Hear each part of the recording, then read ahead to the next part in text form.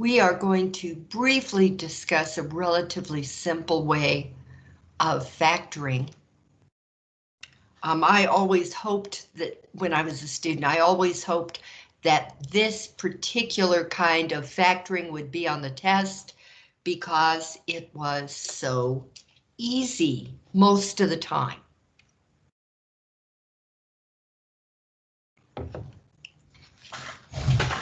Let's face it, nothing in math is easy all of the time, unfortunately. But this is, as you will see, W squared is W times W, and 81 is 9 times 9.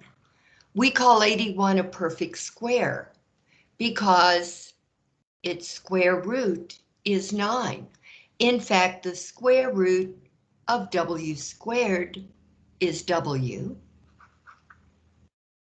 most of the time, and the square root of 9, well, the square root of 81 rather, is 9, the principal square root. So there's a particular way of factoring these, and here it is. Open parentheses. Take your W squared and split it apart into W and W. Write a plus and a minus, and then write the square root of 81, which is 9. 9 and 9, and you're done. These two factors are exactly the same in the first position, exactly the same in the second position, and the only difference between them is the sign in the middle. I just want to make sure my mic is on, and it is. Okay. Now, these two factors have a name. They're called conjugates.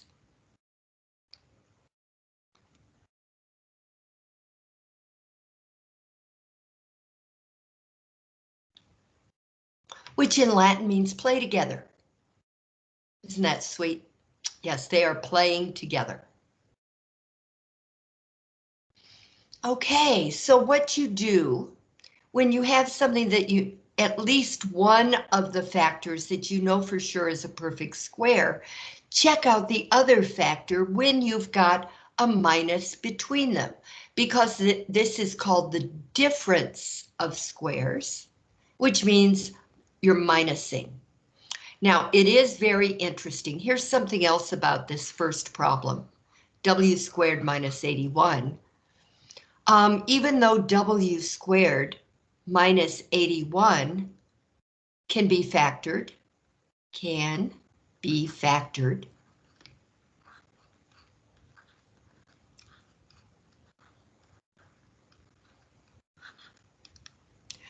W squared plus 81 is not factorable in the real number system.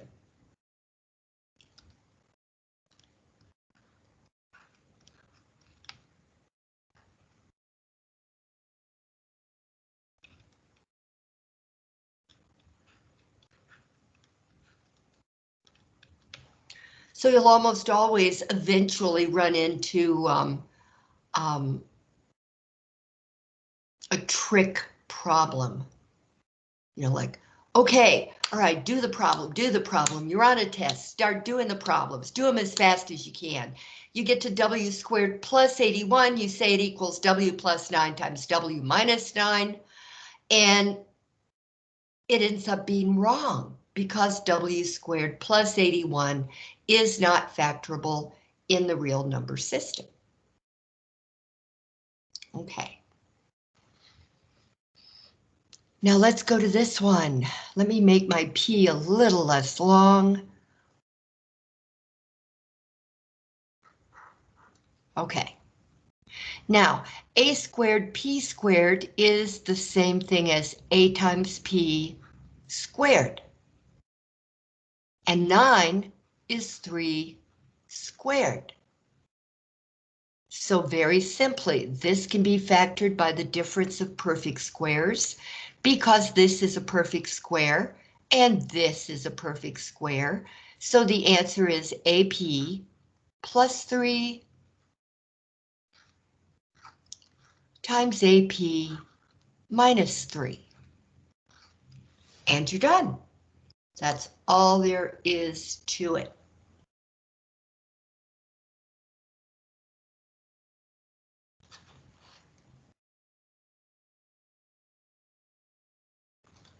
Okay, here.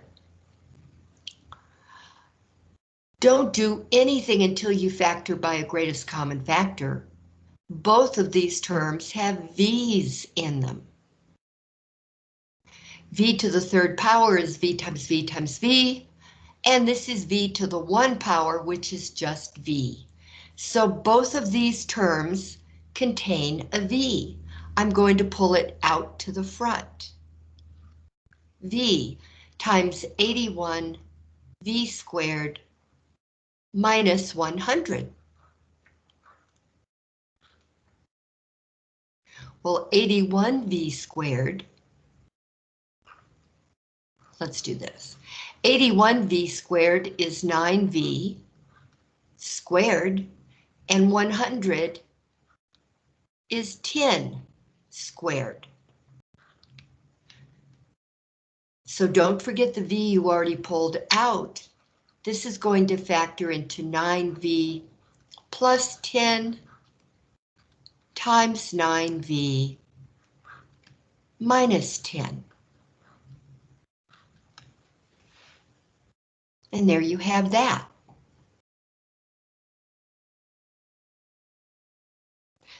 Factoring by the difference of two squares. Now, once again, we have a GCF we have to pull out over here. 7. Both of these terms contain a 7. I'll pull out the 7, and that will leave me with C squared minus Q squared. And those are already perfect squares. So you'll have 7 times C plus Q times C minus Q.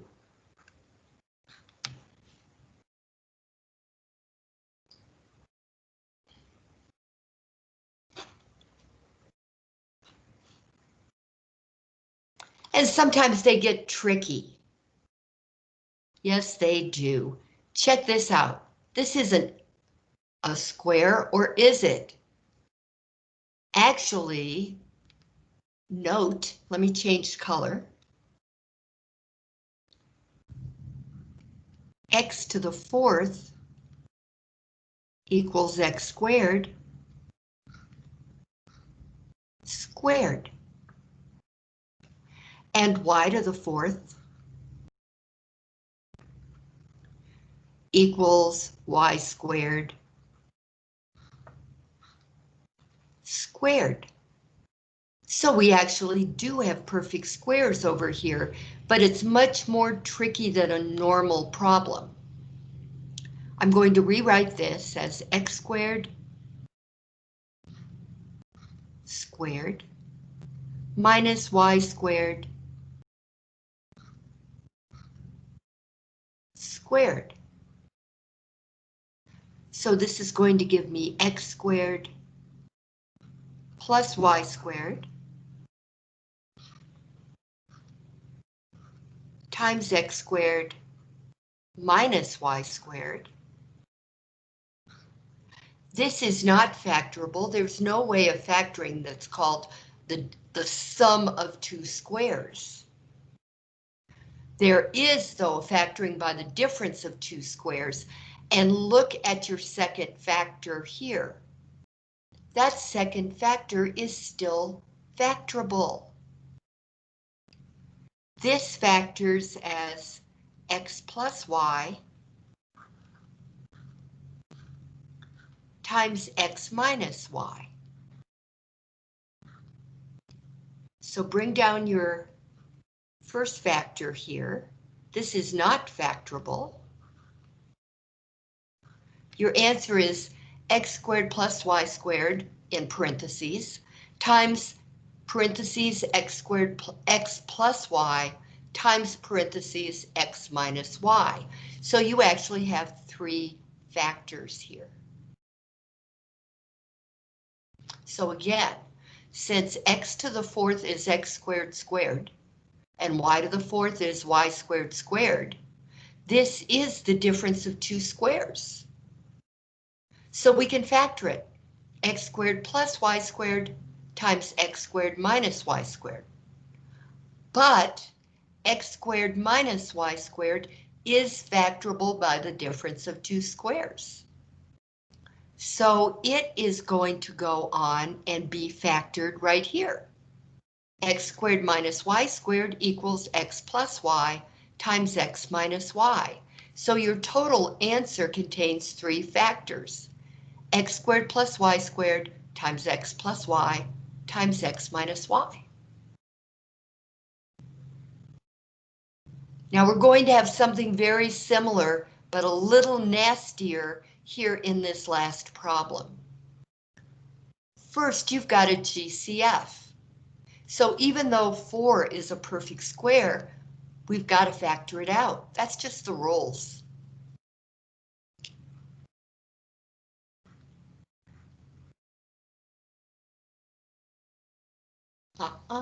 It's a minus.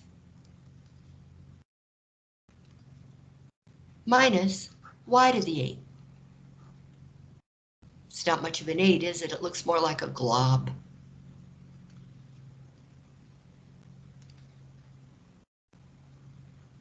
There. Now let's come over and look at notes again. There.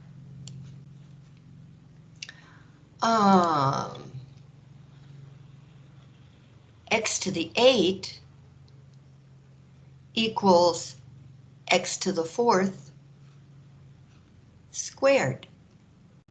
And y to the 8 equals y to the fourth squared. So when I factor this, this is going to factor. In fact, I'll even take an extra line and write it that way.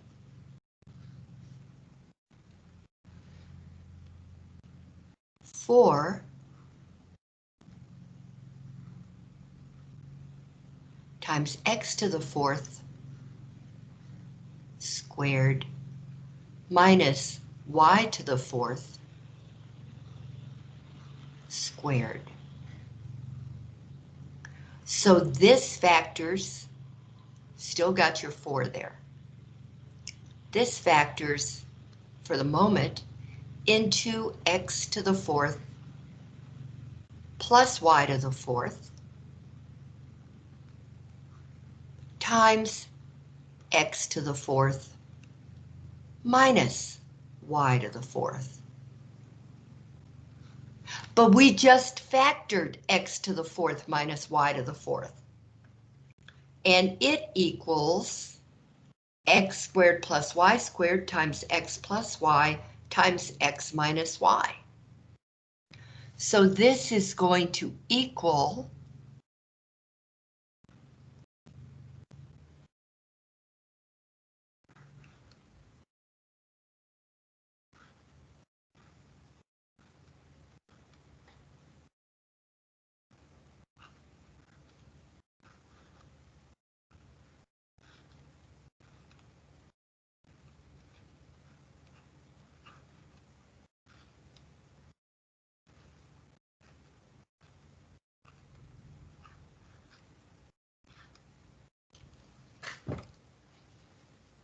okay, and all this is part and parcel to factoring by the difference of two squares.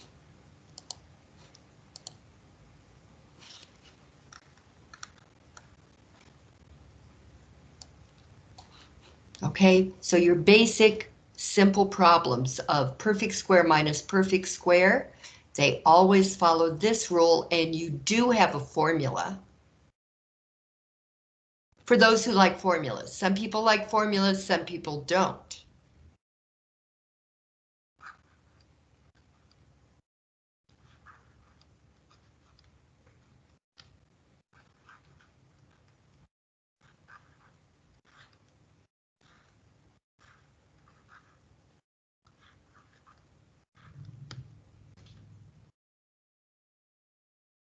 Okay.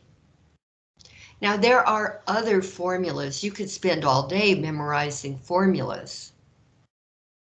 But since they can all be worked by just going back to basic principles, there's really no need to go over any others, except I know in high school, sometimes in Algebra 2, they teach factoring by the sum or the difference of cubes, but we're not going to do that here. Since it almost never comes up, you can just look it up.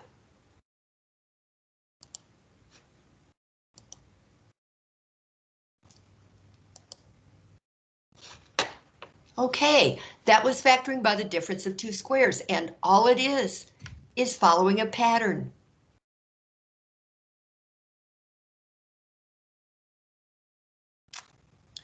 And these two factors here are called conjugates.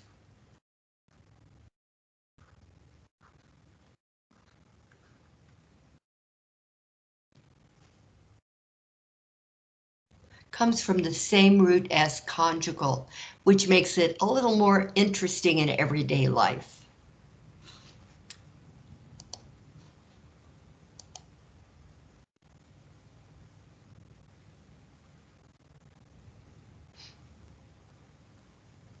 Okay, I don't hear anything. But we are going. Good. Pardon me? I'm good. Like, Yay! I'm sending it off. All right. Okay. Okay, now we're going to do what we really came to do today. And that is this. We are going to be solving quadratic equations by factoring. So this is one way, and this first problem takes you step by step through several problems. I printed out the homework because I thought it would just be easier. Okay, now what your book calls the principle of zero products, I just learned it as the principle of zeros. I don't care if you know what it's called, but this is how we're going to solve a quadratic equation. Notice that the highest power is 2. And it's an equation because it has an equal sign, and it has stuff on the left and stuff on the right. And that's what makes an equation. You have to have stuff on the left and an equal sign and stuff on the right, whatever that may be. Or it's not an equation and you can't solve it. Okay. Now, this principle of zero products, which is also just called the principle of zeros, says that you can't solve this. Well, okay, let's go home. No, don't. What you have to do every single time you solve a quadratic equation is you have to subtract whatever is over here or whatever is on the other side from the positive squared term. You have to move it over to the other side and set it equal to 0, which is what I'm about to do. I am going to subtract, ooh, that's big. Wait a minute here. Gotta move that down. Ooh, that's big. Let's go down to a 1. Yeah. Okay. Now let's try this. Minus 27 and minus 27. What that's going to give me is this. That one's going to go down too.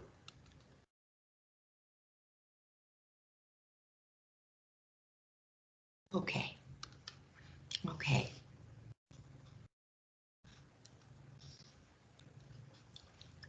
This will give me c squared plus 6c.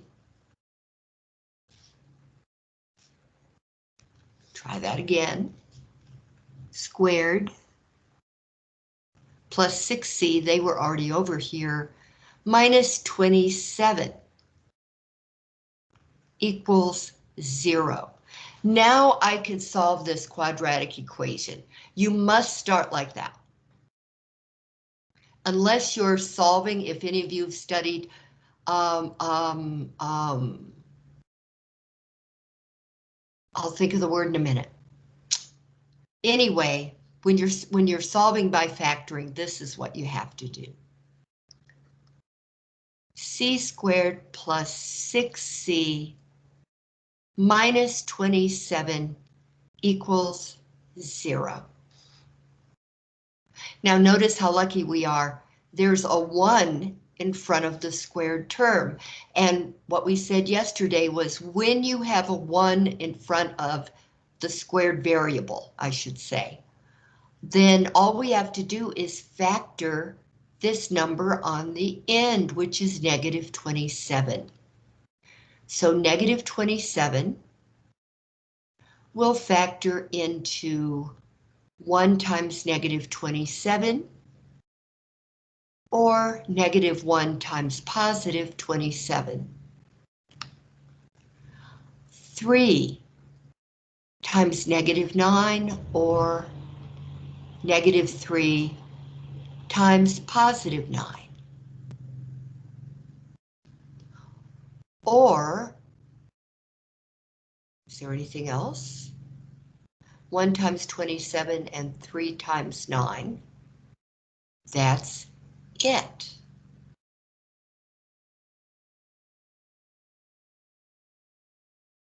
Ah, okay. So what we want is a positive 6. We have to find factors that add up to positive 6. And here they are. If I add negative 3 plus 9, I'll get positive 6. Meanwhile, negative 3 times 9 is negative 27. So now all I have to do for factoring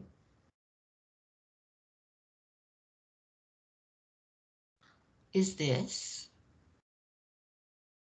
Take your C and split it apart here and here, and then take your negative 3 and your positive 9. Order doesn't matter. You could have put the positive 9 here and the negative 3 here. It's all the same. Now you have factored. That's how we spent Monday and Tuesday, is we were factoring. And today we factored a little before we started here.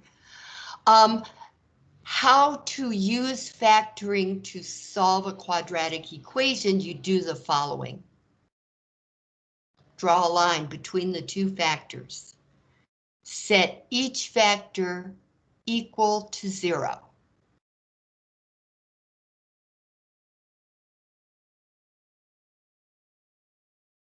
Now solve each of those little equations. Add 3 to both sides.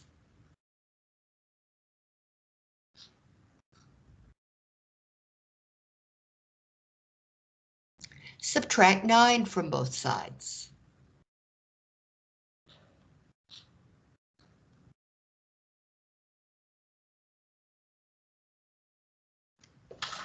There you go.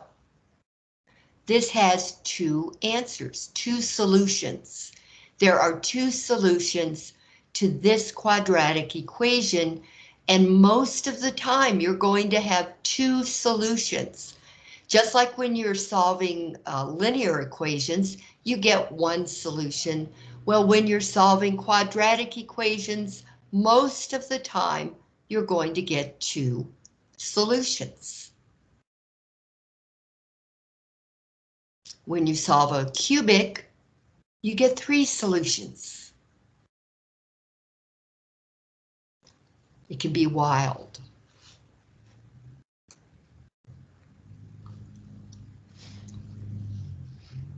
Okay, here. We've already got this set equal to 0, so all we have to do is factor.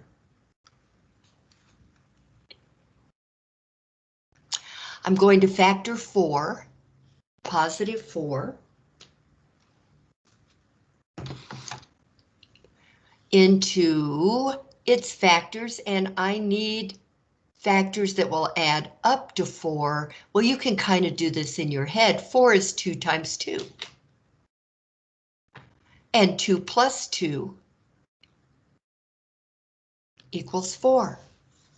So this is going to factor into W plus 2 times W plus 2. And that equals 0.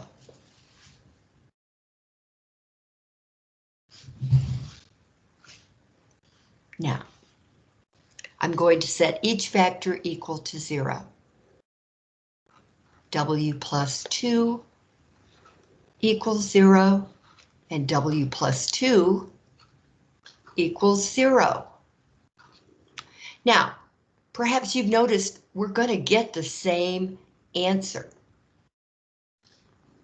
Subtract 2, W equals negative 2, but I'm going through the steps anyway. Subtract 2, W equals negative 2. The same exact solution repeats twice. So in truth, I only have one solution, negative 2. But really, anything with highest power 2 is supposed to have 2 answers, solutions.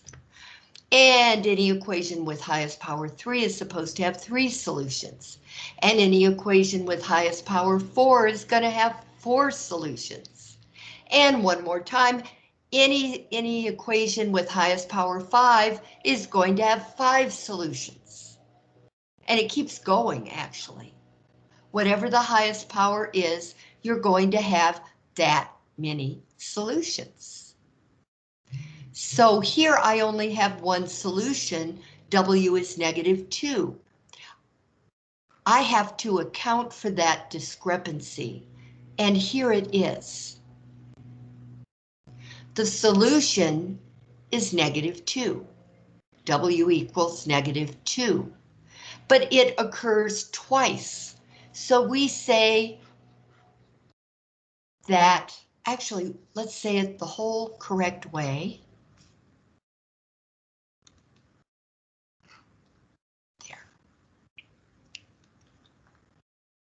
Negative 2 has multiplicity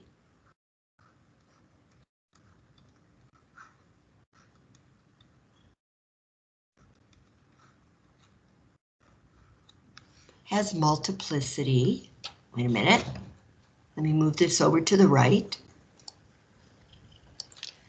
has multiplicity 2. So yeah, it's only got one solution, but that one solution occurs twice. So you could say, kind of, sorta, in a way, that highest power 2, yeah, it's got 2 solutions. Well, it's got one solution that happens twice, which is pretty much the same thing. Kind of sounds like justifying, and it is. Okay. You're going to hit multiplicity again, which is the whole reason I bothered to mention it.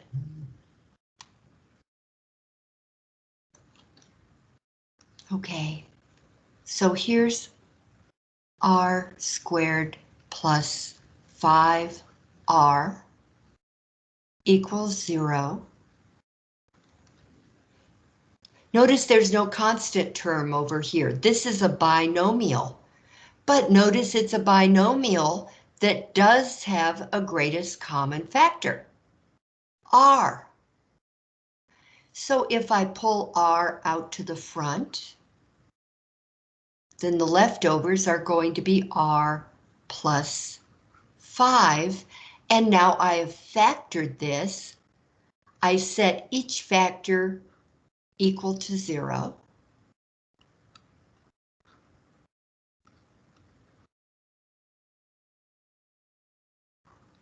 This is already solved automatically.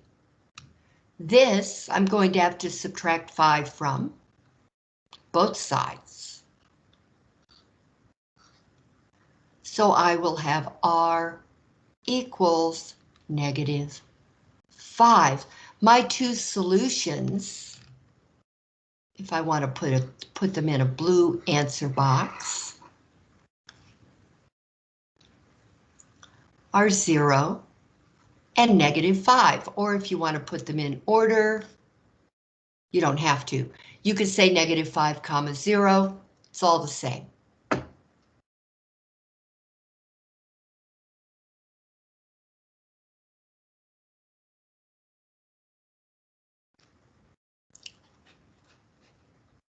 Okay.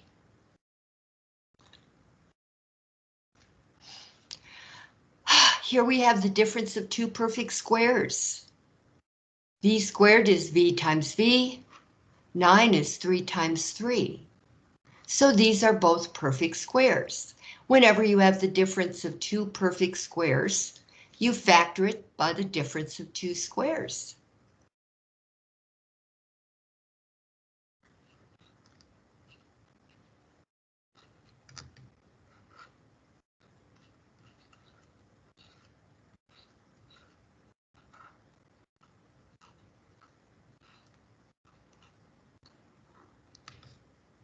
Okay. Now I set each factor equal to 0, and I solve for V. Yes? Don't forget to put a negative in the 3. On the left hand side where it says solve, where it's the negative 9. Remember to put a negative on the 3. No, you don't though. Why? Because a squared minus b squared equals a plus b times a minus b. Okay, now what if what I had done, what if what you said were true? Let's do this. V minus 3 times V minus 3. Then if we multiply these together, we should get V squared minus 9. But what do we get? We get V squared minus 3V minus 3V plus 9. So that would give us V squared minus 6V plus 9. No, they have opposite signs in the middle. When you factor by the difference of two squares, you get opposite signs in the middle. Okay. Okay. Very good. So anyway, V plus 3 equals 0, and V minus 3 equals 0. I solve each of these little equations. I subtract 3, I subtract 3, boom, boom.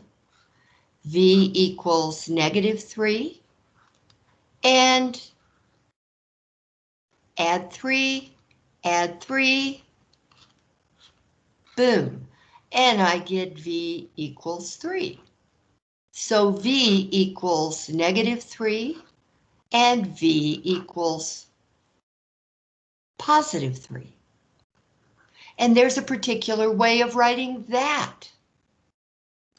You can also say V equals plus or minus 3. And all it means is this, that V equals negative 3 and v equals positive 3. And this is our counterexample.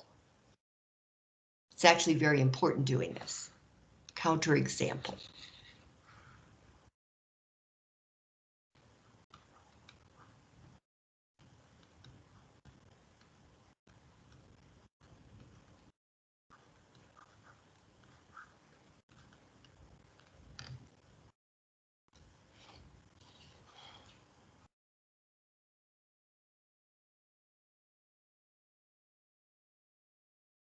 Okay?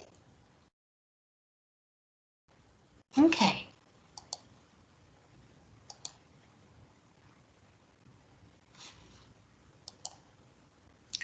Now, there are two ways to solve this. To solve it by factoring, we're going to obey that rule that says you have to pull everything over to the side where the quadratic term is positive and then solve by factoring. So this is what we would do. We would subtract 25 and subtract 25 so that b squared minus 25 would equal 0. Then we can solve this by factoring.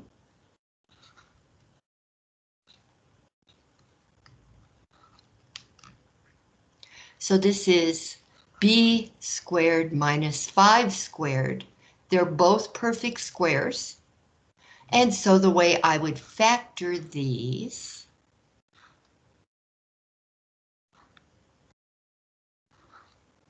would be a b and a b and a plus and a minus and a 5 and a 5. By the way, let's take the time to multiply this back together and make sure it's true first, before I go on and solve them. All right, so I'm going to take b times b times negative 5, positive 5 times b, and positive 5 times negative 5. So that will give me b squared minus 5b plus 5b minus 25. Okay, and there's this over here. That doesn't matter as much right now for what I'm doing. Negative 5b plus 5b is 0. So I'll have b squared plus or minus 0 minus 25. And so that's b squared minus 25. And I get back exactly what I started with. So I can be certain that I factored correctly. So now here we were. B plus 5. Ha ha ha. Boom. B plus 5 times b minus 5 equals 0. So b plus 5 equals 0. B minus 5 equals 0. And over here I subtract 5 from both sides, minus 5 minus 5. So I'll have b equals negative 5. Over here I will add 5 to both sides.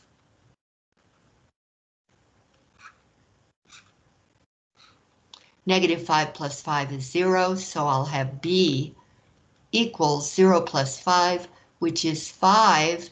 And now I can say that b equals either 5 or negative 5. And again, another way to write that is plus or minus 5.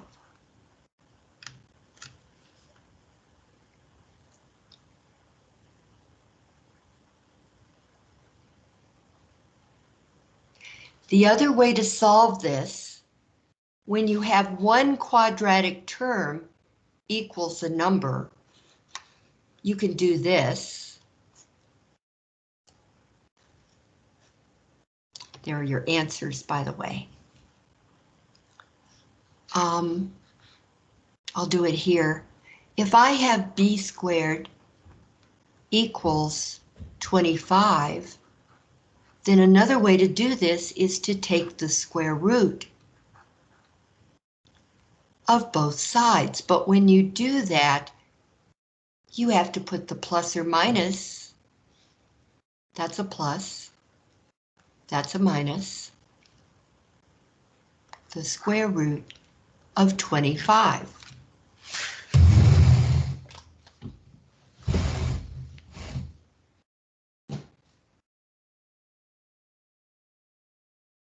Now the square root of 25 is 5. Square root of b squared is b.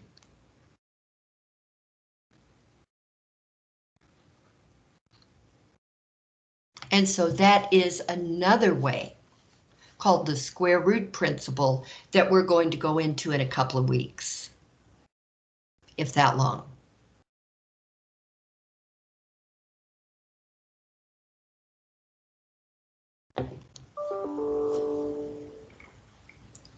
I'm going to turn off my phone. It's driving me batty.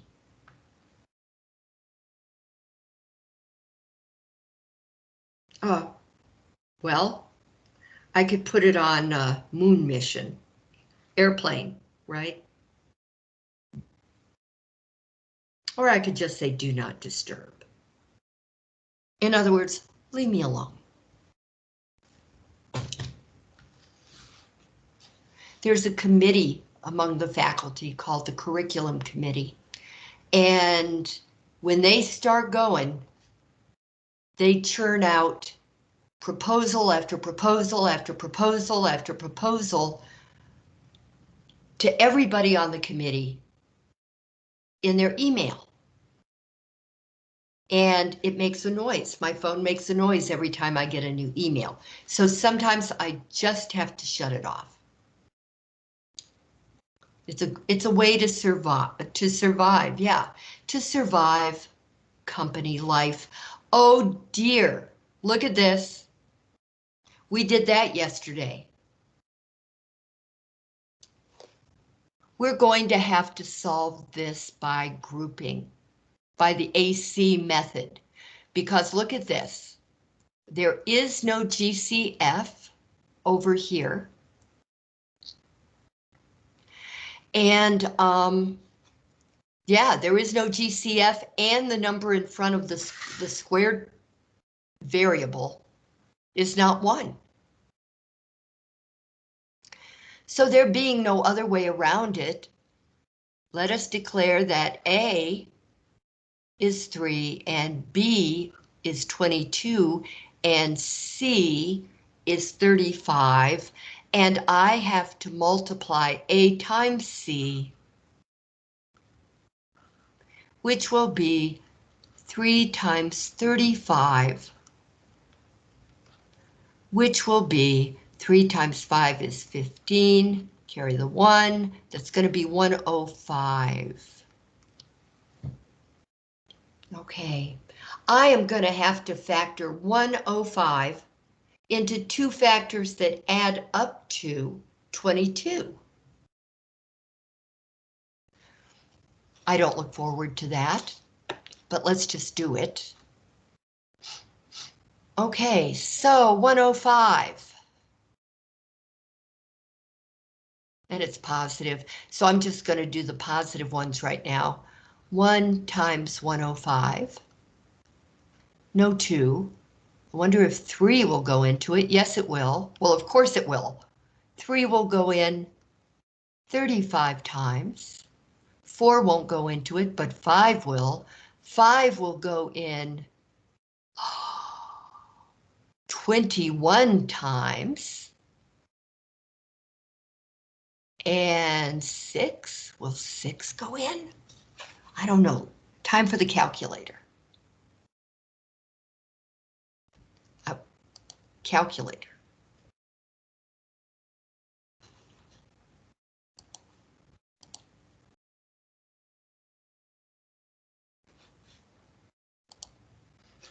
Okay.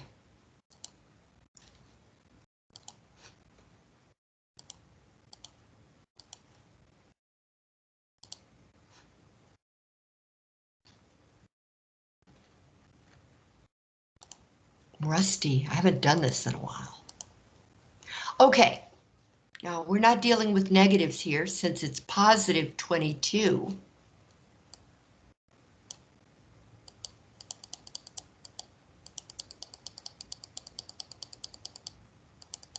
Okay. 3 times 35, 5 times 21, 7 times 15. This is a great trick. What you do is you go to y equals and you pretend like you're going to graph this, but you're not. Instead of hitting graph, you push the second button and then graph, and that gives you a table of values. And what you do is you ignore the decimals and you just look for the whole numbers. 1 times 105 is 105. 3 times 35 is 105. 5 times 21 is 105. 7 times 15 is 105. And 7 plus 15 is 22. So sometimes when you get a lazy on, that can help you. So we're going to go with 7 times what? I forget. 7 times 15. Okay, 7 times 15. Okay, so these are our calculations. Now the thing is, the only reason that I didn't do the negatives is that that's a positive number. So these are going to be the same sign. You'll either have 1 times 105 or negative 1 times negative 105, negative 3 times negative 35, because negative times negative is positive, so your factors will always have the same sign. And if I add two negative numbers together, like negative 7 and negative 15, I would get negative 22. So that's not what I want. I know that I have to go with just the positives, so why waste time with the negatives? You'll learn these tricks as you go along. Somebody needs to put them in a book. Somebody has. Yes. Okay, enough of that. Now, this will become 3v squared plus 15v. Notice I'm moving them around, and that's okay, and I'll tell you why in a minute, plus 7v plus 35. And remember, we're still equaling 0. Don't lose your equals 0 or you'll forget. Okay, the reason I move these around is that 7 times 15 equals 105, and 15 times 7 equals 105. It doesn't matter when you're multiplying what order you put your factors in. So since 3 goes into 15 and 7 goes into 35, I thought it would be a lot more convenient, just making life easy for myself, when I put the parentheses around the first two terms and the second two terms. And then I factored this by GCF, which is 3v, and I'll have v plus 5 left, and then if I want to, I can say 3v times v is 3v squared, and 3v times plus 5 is plus 15v, just to make sure I did it right. And then since 7 goes into 35, both of these terms have a 7. So my GCF is 7 v plus 5. Don't forget your equals 0, because this is an equation and not just a factoring problem. Now, remember the v plus 5's match. They are the GCFs now. So I write down v plus 5. And then I write the leftovers. 3v plus 7. And I'm not at all sure how I started going diagonally, but I don't like it. So I'm going to change. There. I have two factors, v plus 5 and 3v plus 7. I'm going to set each one equal to 0. V plus 5 equals 0. I'm still crooked. Oh well. And 3v plus 7 equals 0. Over here, this is easy to solve. I just subtract 5 from both sides. V equals -5. Over here, this is going to be a little more challenging. I subtract the 7 and subtract the 7. That leaves me with 3v equals 0 minus 7, which is -7. I divide both sides by 3, and I get v equals -7/3. And then I look over at the answers real fast and kind of give myself a pat on the back. So not all of these are super easy. In fact, we said yesterday, the AC method can be pretty darn difficult.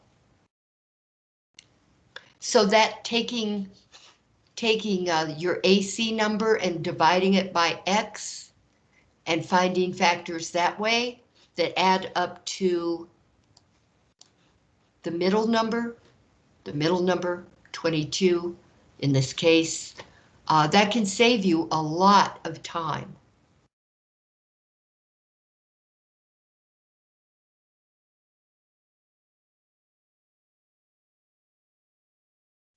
Okay.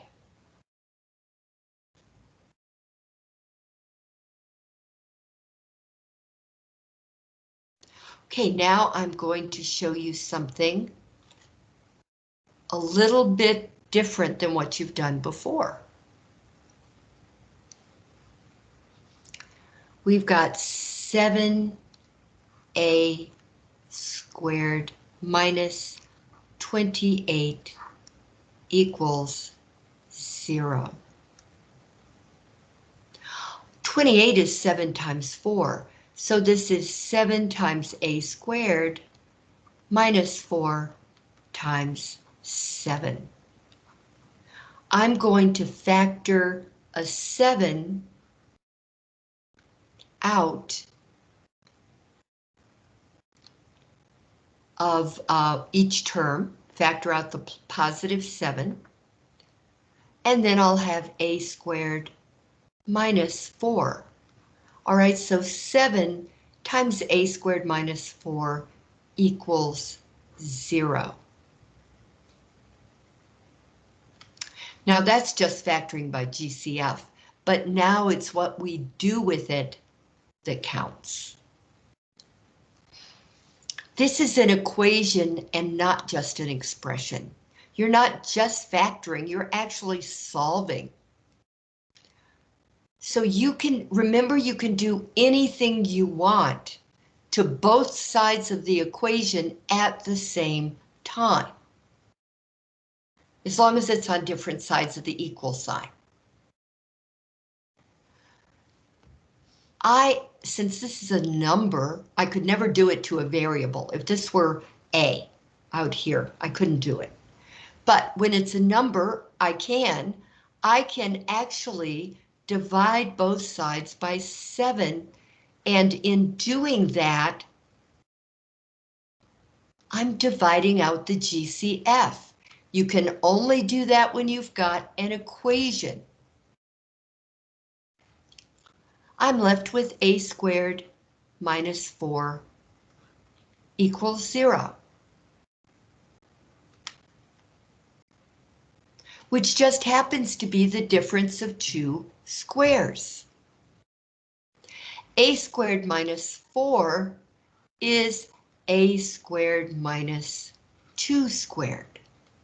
So this is a perfect square minus a perfect square, but this time it equals 0.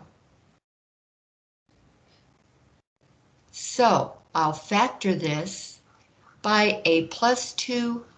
Well, yeah, definitely. A plus 2 times a minus 2 equals 0.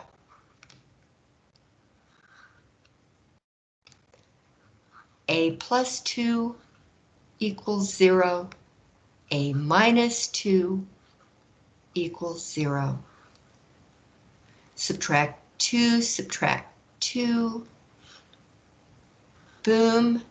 A equals negative 2. And add 2. Add 2. A plus 0, that zeroes out, equals 2. So A equals plus or minus 2. I'm just doing that so you'll learn this symbol if you don't know it already. But in the answer box in MyMathLab, what you're probably going to add, let's take a look. Yeah, this is the answer box. It really is a blue box in MyMathLab.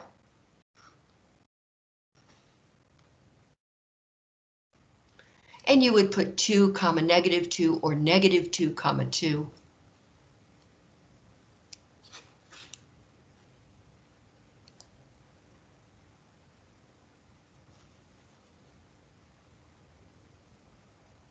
At this point, I am going to ask you what you think so far.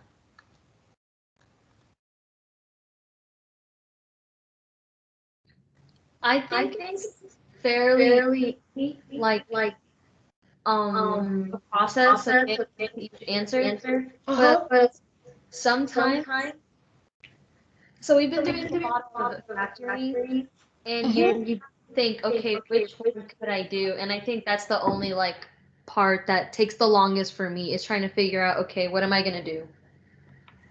Right. When you've got a 3-term quadratic polynomial, probably what you're going to do is either the AC or the faster method we learned yesterday. Mm-hmm. And then, yeah, it's like writing out your own strategy. Okay, if this is what I've got, this is what I'm going to do. If I've got this, this is what I'm going to do. And like that, I think that's a great idea. And it just takes time. It takes doing a lot of them. It takes teaching math for over 20 years. That'll work. Most of the time, but not all the time. That's why you should be a math teacher. Okay, now we've settled your future.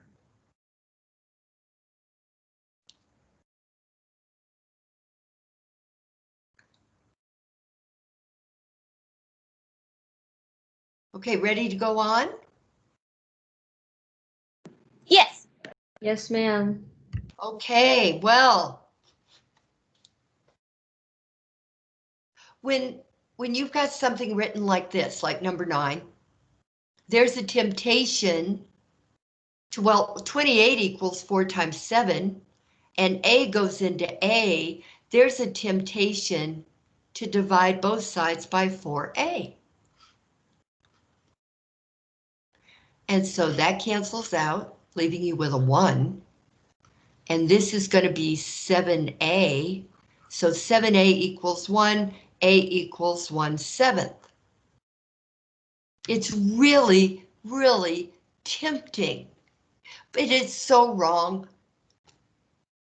Okay, because again, you can never divide both sides of an equation by A or X or whatever your variable is. I'm going to leave this here and then I'm going to do it the right way. And you're going to see how you're supposed to get 2 answers and you're not going to get one of them because of it. We're not. I'm not.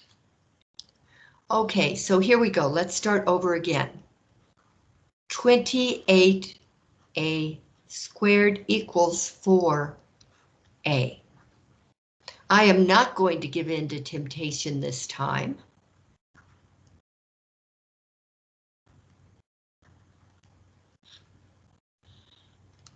Now, a problem with this is that you might want to combine the 28a squared and the 4a, but you can't because this is a quadratic term and this is a linear term. They're two entirely different kinds of terms. So you can't combine them. Instead, all you're going to do is subtract them.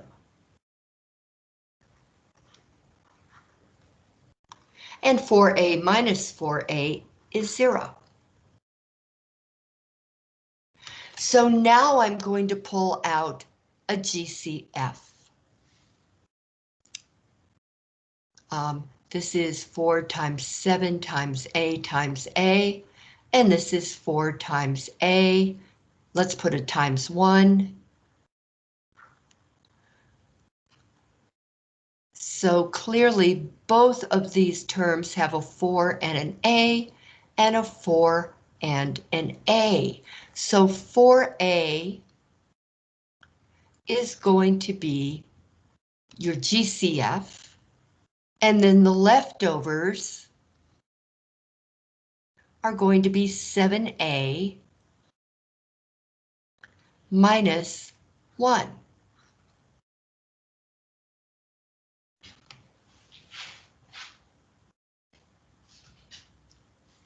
Now, if you want to divide through by the 4, you can do that. You can divide both sides by 4 to get rid of it if you want to. It's not really any reason. We can't get rid of the A, so you're still going to have something out here. So when that happens to me, I just let it stand. Because I know that I'll be dividing by 4 here. So A is going to equal 0. And if you put that in your calculator, it's 0. It's okay to have a 0 on the top of a fraction, just not on the bottom. So A is 0. Now, 7A minus 1 equals 0. Add 1 to both sides. Negative 1 plus 1 is 0, so you'll have 7A equals 1. Divide by 7, divide by 7, you'll have A equals 1/7. So notice you have two answers. You have, and they're over here, you have a 0 and a 1/7. And if you had done what I did here at the first, then you would have one of the answers, but you would not have both of the answers. So you lost one of your answers. You lost half the credit. Actually, MyMathLab would mark it all wrong, and I'd probably give you half credit. So yeah, you don't want to do that. You don't want to lose credit. You want to do everything you can to get credit.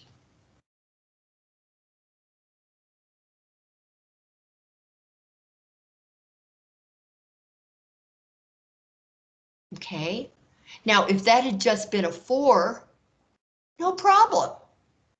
But it wasn't just a 4, it was a 4A, and so that letter stops you cold.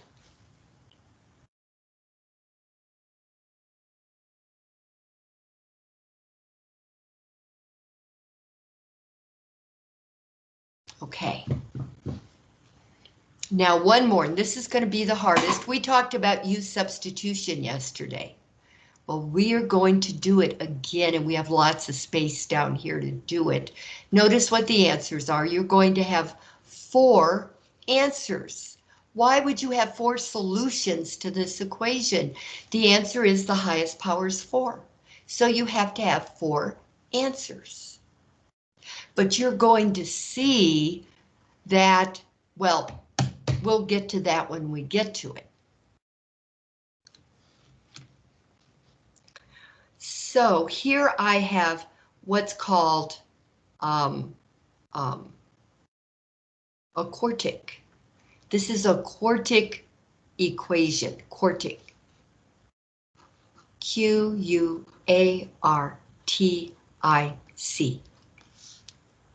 You don't have to know that, I'm just telling you. Okay, so this is not a quadratic equation. We only know how to factor quadratic equations and some cubics. It depends. Well, what we're going to do is do that U substitution I did yesterday. So that x squared is going to equal the letter U.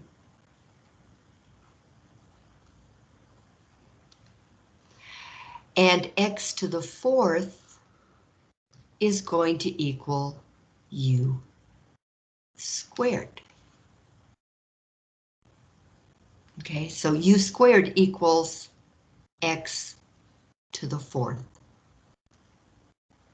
So I get to rewrite this as U squared minus 82U plus 81 equals 0.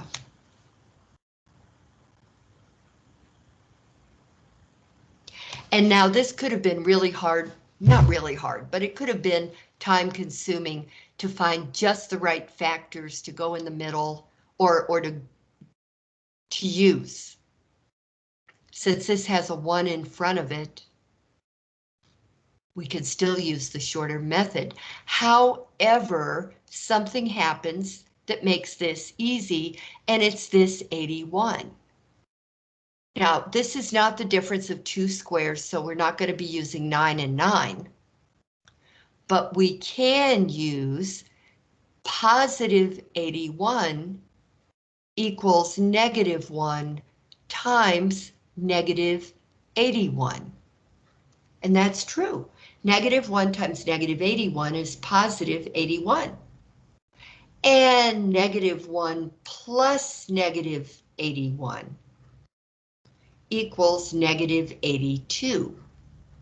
So what might have been more time consuming actually ends up being pretty easy.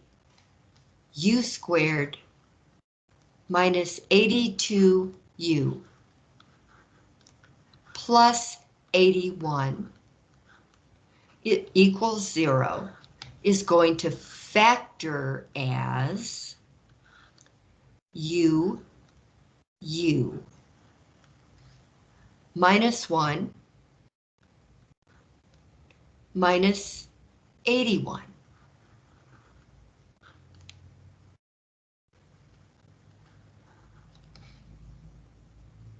Okay. And let's go ahead and multiply them together, make sure it's true. I'm going to take U and multiply the U by U, the U by minus 81, the minus 1 by U, and the minus 1 by minus 81. And so that will give me U squared minus 81U minus 1U plus 81, and that'll be U squared minus 82U plus 81. So it is what I started with. I did factor this correctly. So I'll have U minus 1 equals 0, add 1 to both sides. U equals 1. And U minus 81 equals 0. Add 81 to both sides.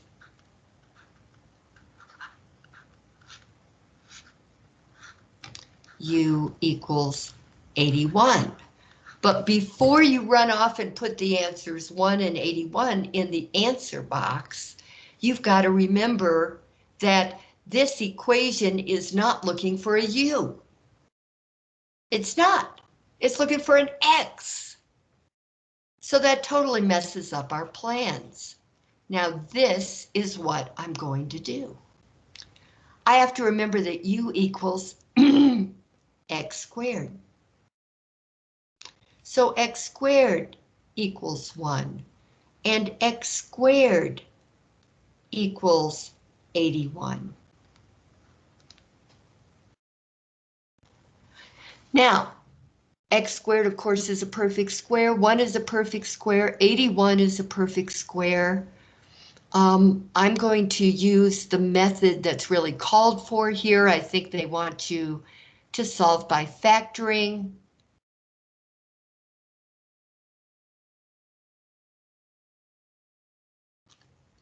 So I'll subtract 1 back, kicking myself, because if only I had guessed or remembered that I'd be doing this, I could have skipped a step.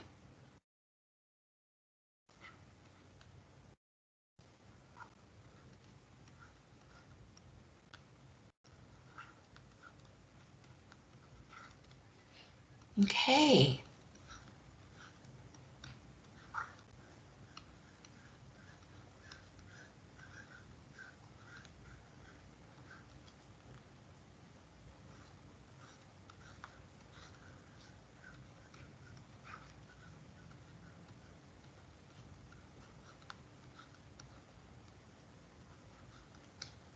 And now we're going to set each factor equal to 0 and solve for x.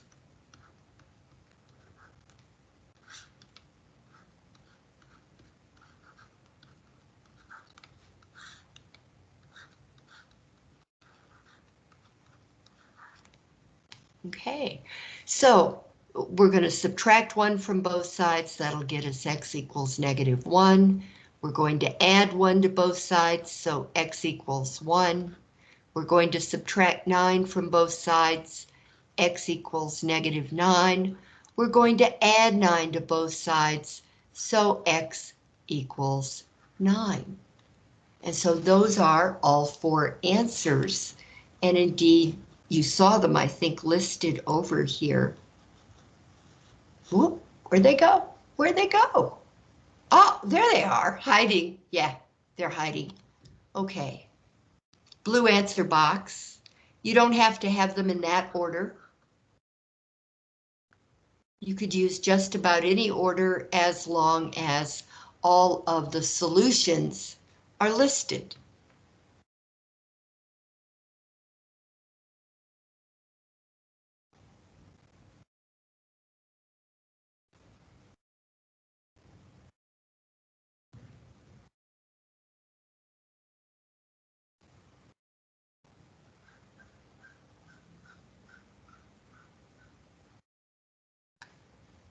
Okay, one more thing.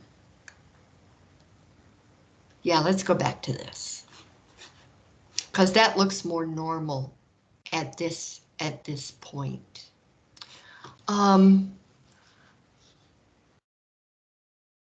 We have this equation, and suppose the letter were x, it would look even more normal, wouldn't it? But anyway, that's not going to affect the solutions. The solutions are -7/3 and -5.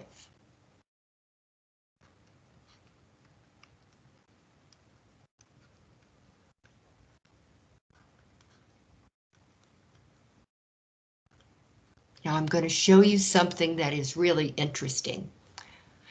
Suppose this were a function and not an equation. It would be f of x equals 3x squared plus 22x plus 35. In that case, these numbers would have a different name, and that name is zeros. The zeros of f of x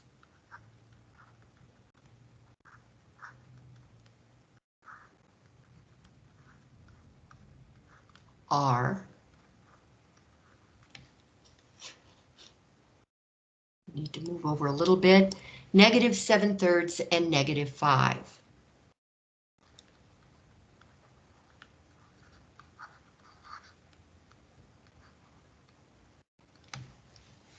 There's a very close relationship between taking this 3x squared plus 22x plus 35, setting it equal to 0 and solving and getting solutions, and instead saying f of x equals 3x squared plus 22x plus 35, then these numbers, which were solutions of the equation, now become the zeros of the function, which are the most important part of polynomial functions. We're going to be studying soon how you, just by having these, you can come up with this formula right here. The zeros of the function are like seeds that actually sprout up and become the function. Same idea. But I just thought I would end this with that very interesting little tidbit of things that will be seen in the future. Right now, wow, you have gone from practicing factoring to actually solving quadratic equations by factoring. And we're going to be doing a lot more with that too. But I have nothing scheduled for tomorrow. It occurred to me that we might go over the exam 1 review. Practice exam 1. So let's do that. Let's go over practice exam 1 tomorrow. Okay. See you then. Thank you. Welcome.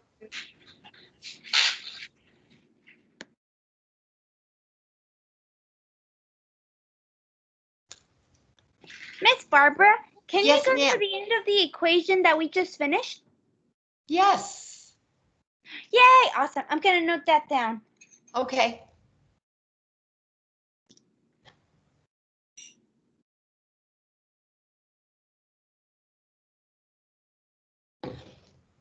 Alrighty, Miss Barbara. I will see you tomorrow in class, okay? Alrighty. Bye. Have a good Bye-bye. day. Pardon me? I'm like, have a good day. I will. You too.